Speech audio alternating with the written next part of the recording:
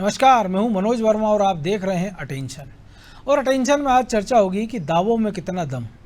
महिलाओं और OBC voters को साधने के लिए बीजेपी और कांग्रेस जिस तरीके से जोर लगा रहे हैं, वैसा जोर टिकट देने में दोनों ने नहीं दिखाया है। जाति जनगणना की बात कहने वाली कांग्रेस ओबीसी को टिकट देने में पीछे रह गई, तो महिलाओं को आरक्षण देने वाली बीजेपी आधी आबादी को टिकट देने में कांग्रेस से पिछड़ गई। ऐसे में अब सवाल यही कि आखिर क्यों इन वर्गों को टिकट देने में दोनों दलों ने दम नहीं दिखाया। क्या सिर्फ वोट के लिए ओबीसी और महिलाओं से बड़े बड़े वादे और दावे किए जा रहे हैं? आज चर्चा इन्हीं सवालों को लेकर करेंगे, लेकिन पहले ये रिपोर्ट देखिए।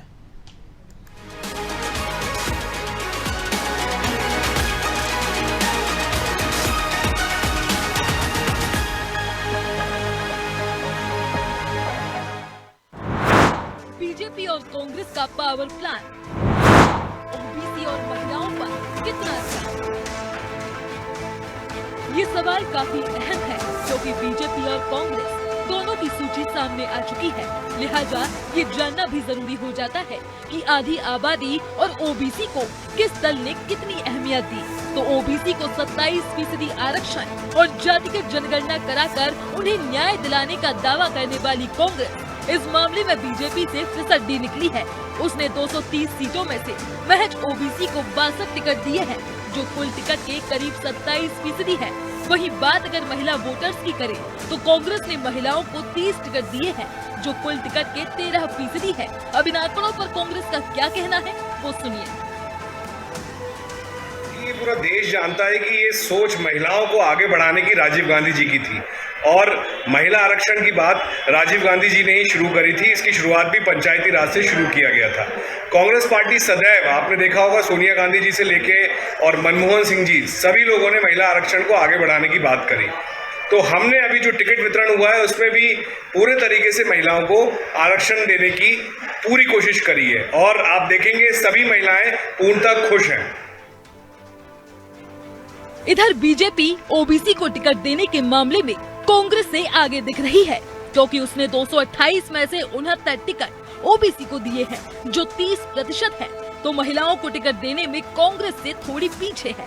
बीजेपी ने अब तक 28 महिलाओं को टिकट दिए हैं, जो करीब 12% होते हैं। हालांकि अभी 2 सीटों पर प्रत्याशियों का ऐलान होना बाकी है, लेकिन इस टिकट बंटवारे पर बीजेपी की क्या सोच रही, वो जान लीजिए। मध्य प्रदेश में भारतीय जनता पार्टी ने कांग्रेस की तुलना में, कांग्रेस ने जब 64 ओबीसी वर्ग के लोगों को टिकट दिया, भारतीय जनता पार्टी ने 69 यानी 70 में एक कम लोगों ओबीसी वर्ग के लोगों को टिकट दिया है, जो कुल टिकट का 30% से अधिक है। 27% ओबीसी आरक्षण की बात थी, 30% की टिकट है। उसके अलावा यदि महिलाओं के विषय में बात करें तो भारतीय जनता पार्टी ने 15% से अधिक माताओं बहनों को टिकट दिए, कांग्रेस 13% पर है। लेकिन नरेंद्र मोदी की सरकार ने अगले चुनाव से सुनिश्चित करने का कानून पास किया है कि महिलाओं को 33% आरक्षण मिलेगा और आज भी भारतीय जनता पार्टी संगठन में 33% स्थान बहन बेटियों के लिए आरक्षित और सुरक्षित हैं। तो उत्तर कांग्रेस पार्टी को देना है, जो बड़ी बड़ी बातें करती है पर नतीजा सिफर। एक तरफ बीजेपी है जो महिलाओं को 35% आरक्षण देकर उन्हें लुभाने में जुटी है, तो दूसरी तरफ कांग्रेस है जो जातिगत जनगणना की बात कहकर ओबीसी को साध रही है। लेकिन इनकी सूची में न ही महिलाओं को वो जगह दी गई है और न ही ओबीसी को, जिसकी वकालत ये दोनों दल करते नजर आते हैं। ऐसे में अब सवाल यही है कि क्या इन दोनों वर्ग को महज वोट बैंक के नजर से ही देखा जा रहा है, और जब बात देने की आती है तो दोनों दल के हाथ बंद क्यों जाते हैं। ब्यूरो रिपोर्ट, अनादि टीवी।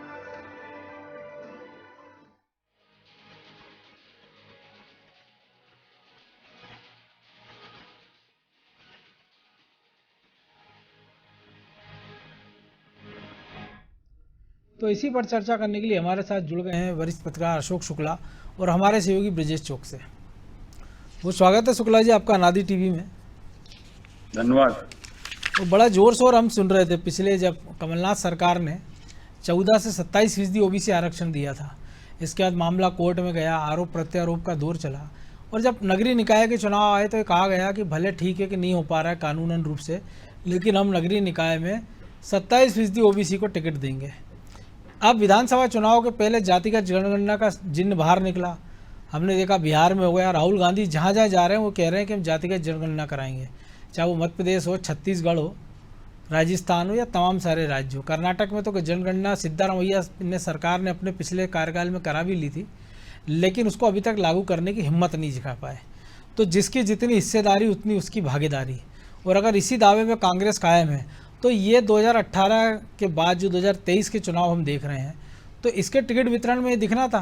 तो इससे लगता कि हाँ ठीक है, पार्टी की मंशा साफ थी। और जो वो कह रहे थे कि जातिगत गणना के हिसाब से कि जितनी जिसकी हिस्सेदारी उतनी भागीदारी होगी, तो ये अभी अगर वो कर देते तो शायद लगता कि वो जो कह रहे हैं उसके लिए वो गंभीर हैं। देखिए, मैं जातियों को साधने की दो तरह से कोशिश होती है। एक तो आप कहकर जातियों को साधते हैं कि साहब हम ओबीसी को इतना आरक्षण देंगे, या जिसकी जितनी हिस्सेदारी उसकी उतनी भागीदारी, या 27% आरक्षण देने की बात है। तो एक तो कह के आप जातियों को साधते हैं या अपने पक्ष में लाते हैं, और दूसरी तरफ फिर आप जो है यथार्थ में कुछ ऐसा करते हैं जिसके चलते जातियां जो है आपके बारे में सोचने लगती हैं या आपके पाले में आ जाती हैं। बिल्कुल। तो मुझे लगता है कि किसी चूंकि एक बड़ा वोट बैंक है, उसकी एक राजनीतिक उपयोगिता है, काफी उपयोगिता भी है, उसको ध्यान में रखते हुए दोनों जो बड़ी पार्टियां हैं वो इसको साधने की कोशिश करती रहती हैं। तो इसमें कुछ नया नहीं है। ये लंबे समय से हम देख रहे हैं कि जातियों को हटाने की जो कोशिश है, और उसके चलते जो है तमाम तरह की बयानबाजियां भी होती हैं। और अभी जैसा भी आप एक आंकड़ा भी आप दिखला रहे थे कि किस तरह से अभी जो टिकट का वितरण हुआ है उसमें थोड़ा सा 69 लोगों को बीजेपी ने टिकट देकर थोड़ी सी मामूली बढ़त हासिल की है, और महिलाओं के मामले में थोड़ा सा कांग्रेस आगे रही है। तो कुल मिलाकर ये है कि ये सब एक राजनीतिक प्रपंच है।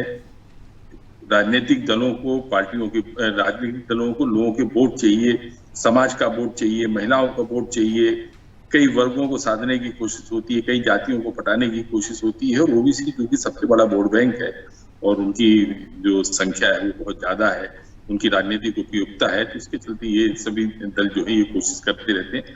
लेकिन वास्तव में अगर आप ये देखें कि इस तरह से करने से क्या देश के भीतर जो माहौल बन रहा है, कि ऐसा तो नहीं कि वर्ग संघर्ष की स्थिति देर सवेर देश में बन जाए। तो इसको भी ध्यान में रखकर जो है पार्टियों को जो है जातियों को साधने की कोशिश करनी चाहिए, चाहे वो दलित वर्ग के हों, ओबीसी के हों, या ST/SC वर्ग के हों, सामान्य वर्ग के लोग हों। तो जातियों के बीच में जो एक बड़ी खाई, राजनीतिक खाई बढ़ती जा रही है, ये कहें पार्टियां जिस तरह से जातियों को साधने के चक्कर में जो एक देश के अंदर जो एक सौहार्द का वातावरण है, कहीं ये वर्ग संघर्ष में तब्दील न हो जाए, इस बात को भी थोड़ा सा ध्यान रखने की जरूरत है। बाकी जो इन पार्टियों को किसी जाति से कुछ लेना देना नहीं है, इन्हें केवल वोट से मतलब है, और जिसका जितना ज्यादा वोट होता है उसके पक्ष में उतनी बातें ये पार्टियां करती है।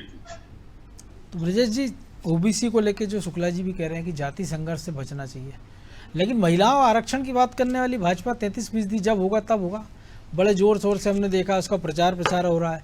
यहाँ तक कि रावण दहन में भी हमको ये देखने को मिला कि पहली बार महिला अभिनेत्री ने दिल्ली में रावण दहन किया है। तो जाहिर सी बात है, जब महिलाओं को आगे बढ़ाने की बात हो रही है तो कम से कम बीजेपी तो इस कमिटमेंट को पूरा कर ही देती इस चुनाव में कि देखिए हमने जो संसद में कहा है उस पर हम कायम हैं, और जब परिसीमन होगा, जब सीटें बढ़ेंगी, आरक्षण होगा महिलाओं को, तब होगा। लेकिन हमने मध्य प्रदेश में तो कर ही दिया है। देखिए मनोज जी, उसमें बहुत सारे वो थे, मतलब यदि आप इसको लागू कर दोगे तो खतरे ज़्यादा थे। और हमने देखा है कि एक दिन पहले ही, कल की बात है, कि शिवराज सिंह चौहान ने भी कहा है एक सभा में कि महिलाओं को 33% आरक्षण अगली बार से हम दे देंगे। जब लोकसभा में पास होगा तब की बात अलग है, अगली बार से मध्य प्रदेश में दे देंगे। कम से कम वो ये वादा कर रहे हैं कि मध्य प्रदेश में अगले विधानसभा चुनाव में हम ऐसी कोशिश करेंगे। क्योंकि अभी तत्काल ही ये फैसला हुआ है कि बीजेपी सरकार ने 33% आरक्षण लोकसभा में जिस तरह से बिल लेकर आए थे वो पास किया। तत्काल यदि वो दे देते हैं मध्य प्रदेश, राजस्थान या छत्तीसगढ़ सहित जिन 5 राज्यों में हो रहा है, तो वैसा ही हश्र हो सकता था जैसा हमने देखा है कि उत्तर प्रदेश में लड़की हूँ लड़ सकती हूँ की नारा लेकर आई थी और प्रियंका गांधी, और 40% महिलाओं को टिकट देने की बात कही थी। आप देखिए क्या हश्र हुआ वहाँ पे। मध्य प्रदेश में चूंकि कांटे का मुकाबला है, अन्य राज्यों में भी वैसी परिस्थिति नहीं है। आप कहाँ से महिलाओं को लेकर आओगे? आप वो इतनी सक्रिय है नहीं है, आप उन्हीं लोगों में से उठाकर लाओगे जो पार्षद होंगे। तो क्या है, जिस तरह से हम देखते हैं पार्षद पति चलाते हैं, सरपंच पति चलाते हैं, तो मुझे लगता है पहले महिलाओं को उस काबिल बनाना होगा, सक्षम करना होगा, तब आप उनको विधानसभा में, लोकसभा में लाएंगे तो ज़्यादा बेहतर वो कर सकेंगी। उन्हें आपको घर से निकालना पड़ेगा जो उनके पति और जो रिश्तेदारों के संरक्षण में काम करती है ना। तो कई दशक पहले देश की प्रधानमंत्री देखी है, देश की राष्ट्रपति देख ली, 2 महिला जो भारत में सेनाओं की सर्वोच्च कमांडर भी होती हैं। मैं ये नहीं कह रहा हूँ कि महिलाएं है नहीं है, जो राजनीति में वो इस तरह से पूरे पति या उनके रिश्तेदारी चला रहा है, बहुत सारी हैं, लेकिन उनको और आगे लाना पड़ेगा ना आपको, उनको जीतने लायक सक्षम बनाना होगा कि उनकी लोकप्रियता इतनी होगी उनके काम के दम पर वो जीत जाए। अभी पार्टी यदि ये देगी तो टिकट देगी तो जोखिम होगा, यही वजह है। हम देख रहे हैं कांग्रेस ने भी नहीं दिया, यदि हम देख रहे हैं बीजेपी ने भी नहीं दिया, बात कर रहे हैं वो उनको उस काबिल बनाकर लाएंगे तो ज़्यादा। अभी खतरा क्या है कि आप अभी उम्मीदवार बना दोगे तो आप यदि सत्ता में आ भी सकते हो, लौट भी सकते हो, दूसरे जो सत्ता में आने का सपना देख रहे हैं, मुझे लगता है वो खतरा ज़्यादा था, इस वजह से 33% की बात हुई है, लेकिन उनको टिकट नहीं दिया। इसके पीछे यही वजह है कि उनकी उतनी लोकप्रियता नहीं है, उतनी महिला उम्मीदवार उनके पास पहले से है नहीं है जो राजनीति में सक्रिय भी हैं तो पीछे के पायदान पर है, ना संगठन में है वो, ना इस तरह से विधानसभा क्षेत्रों में। हमने देखा है विधानसभा क्षेत्रों में जब महिलाओं को उम्मीदवार बनाया भी जाता है तो उनमें गिनी चुनी को छोड़ दिया जी। मौसम बिसेन की बात कर लें, हम नीना वर्मा की बात कर लें, या बाकी अन्य की हम बात कर लें, अर्चना चिटनिस की बात कर लें। यदि किसी को उम्मीदवार बनाया जाता है तो पति का टिकट काटा, पत्नी को दे दिया, बहन को दे दिया, भाई को दे दिया, जो राजनीतिक परिवार से उनके परिवार की किसी महिला सदस्य को दे दिया जाता है। तो मुझे लगता है कि वो होता यदि ऐसा करना पड़ता तो उसमें खतरे ज़्यादा थे।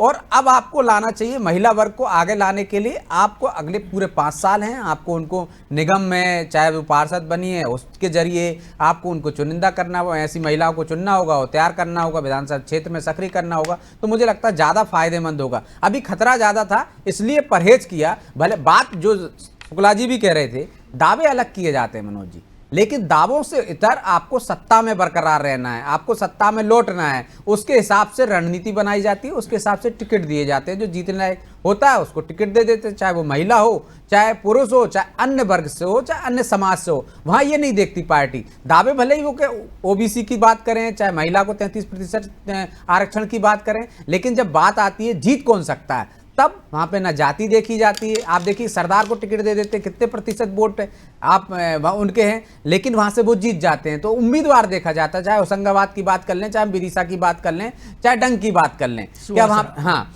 आपको लगता है कि वो जाति के आधार पर उनको टिकट दिया? निश्चित तौर पर वो समाज सेवा कर रहे हैं, समाज में उनकी लोकप्रियता है, वो जीत सकते हैं भले ही उनके समाज के उतने वोट ना हो। यदि आप देखिए कि ओबीसी की बात कर लें, हम उनको ज़्यादा यदि यादव है तो यादव को वोट दे दिया जाता है, टिकट दे दिया जाता है। यदि आप देखिए ब्राह्मण हैं ज़्यादा तो उनको टिकट दे दिया जाता है। ये थोड़ी नहीं देखा जाता है कि वहाँ पे किस आधार पर आपको दे रहा हो, लोकप्रियता के साथ साथ ये भी देखा जाता है। लेकिन शुक्ला जी कुछ दिलचस्प आंकड़े हैं, क्योंकि अगर यूपी की हम बात करें तो 40% टिकट दिए लड़की लड़ सकती हैं, तो लड़की तब लड़ती जब आपका नीचे ज़मीन पर संगठन होता। और उसी समय कई और राज्यों में चुनाव हुए थे, कांग्रेस अगर वहाँ भी ये प्रयोग करती तो शायद उत्तर प्रदेश में हो सकता है सफलता मिल जाती। लेकिन पिछले 2018 की हम बात करें, जो बीजेपी ने 15 साल पुरानी सत्ता गंवाई थी, उस समय बीजेपी ने 28 महिला उम्मीदवार उतारे थे और कांग्रेस ने 27। बीजेपी के 28 में से 22 महिला जीती थी और कांग्रेस की 27 में से केवल 9 जीत पाई थी। 2013 में बीजेपी ने फिर 28 उतारे थे और जिसमें से 23 कांग्रेस ने उतारे थे। वो बीजेपी ने 22 सीटें जीती थी और कांग्रेस ने 9 सीटें जीती थी। और 2008 में जब बीजेपी का परफॉर्मेंस अच्छा था तब भी उन्होंने 25 टिकट दिए थे, कांग्रेस ने 37 दिए थे, लेकिन कांग्रेस की 37 में से 8 जीत पाई थी और बीजेपी की 14। तो ये बता रही है कि महिलाओं की हिस्सेदारी बढ़ती जा रही है, बशर्ते मौका दिया जाए। लेकिन उसका जो जोखिम है, जो ब्रजेश भी कह रहे थे, लेकिन इन सबके बावजूद जब तक आप उनको मौका नहीं देंगे चुनावी क्षेत्र में, क्योंकि कई सारे हम अगर भोपाल की हम बात करें, तमाम सारे की जितने जो बड़े जनप्रतिनिधि हैं वो पार्षद से होकर आए, चाहे पूर्व सांसद देख लीजिए, आलोक संजर की हम बात कर लें, विश्वास सारंग जो मंत्री हैं, रामेश्वर शर्मा हैं, जो भगवान दास सबनानी है महापौर का चुनाव लड़ गए थे, इसे तमाम सारे जो पार्षद से ऊपर आए, कैलाश विजयवर्गीय की बात कर लें, नरेंद्र सिंह तोमर की बात कर लें, तो मौका तो दिया जाना चाहिए। तो एक जोखिम है, तो कैलकुलेटिव जोखिम ले सकती थी पार्टियाँ कि ठीक है भैया 33% ना सही, 33 महिला उम्मीदवार ही उतार देती प्रतीक स्वरूप। नहीं, आप ठीक कह रहे हैं कि महिलाओं को जब तक आप अवसर नहीं देंगे तो उनके संबंध में आप चाहे जितने दावे करेंगे 33% हम देंगे, मौका देना चाहिए। और अभी आप जिस तरह से एक आंकड़ा भी आप बतला रहे थे तो उसमें मैं इतना कहूंगा कि भारतीय जनता पार्टी ने अगर ज्यादा मौके दिए हैं तो भारतीय जनता पार्टी की महिलाओं को जो है सक्सेस भी ज्यादा मिली है, कांग्रेस की तुलना में ज्यादा सक्सेस मिली है। और भारतीय जनता पार्टी में आप ये देखिए, हाँ ये बात दूसरी है कि भारतीय जनता पार्टी की बहुत जो सशक्त महिला नेत्रियां थी, जिसमें उमा जी का भी नाम है, कुसुम महदेले पन्ना से थी, ताई इंदौर से थी, अब वो हाशिए पर हैं, उनको राजनीति में उस तरह से यशोधरा राजे हाँ, वसुंधरा राजे की चर्चा तो अब ये है कि शायद उनको भी पार्टी ने हाशिए में डाल दिया है। तो खैर ठीक है, ये तो बदलाव की स्थिति हर पार्टी में बनती रहती है और हो सकता है कि भारतीय जनता पार्टी में अब दूसरी महिलाएं जो है और आगे निकल के आएंगी।